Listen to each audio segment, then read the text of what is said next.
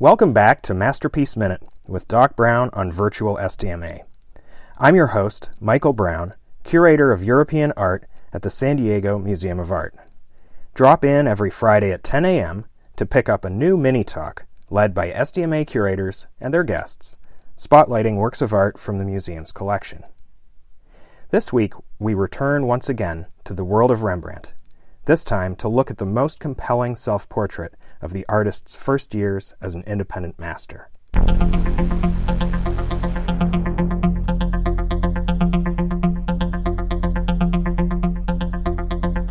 A special loan from the Rijksmuseum in Amsterdam, Rembrandt's self-portrait depicts the artist around the age of 22. It's done in oil on a thin sheet of wood, and like many of Rembrandt's panel paintings, it's in impeccable condition. More on that in a minute.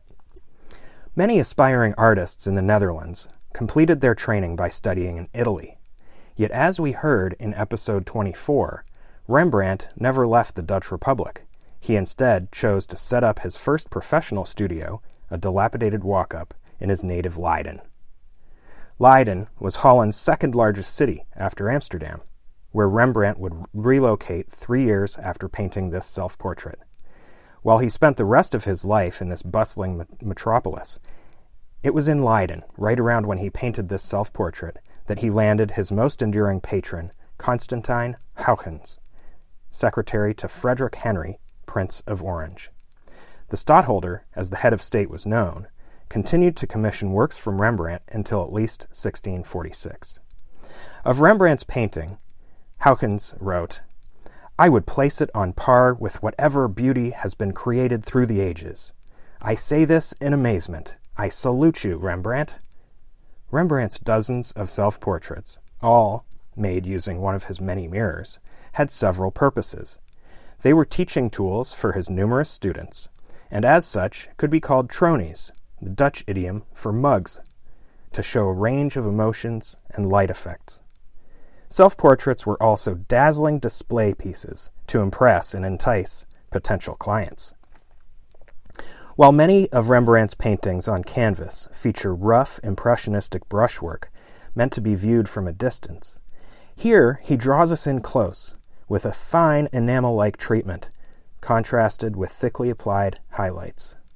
He even used the slender butt end of his brush to incise C-shaped troughs through the wet paint layer for the curls of his hair. Back to the painting's condition.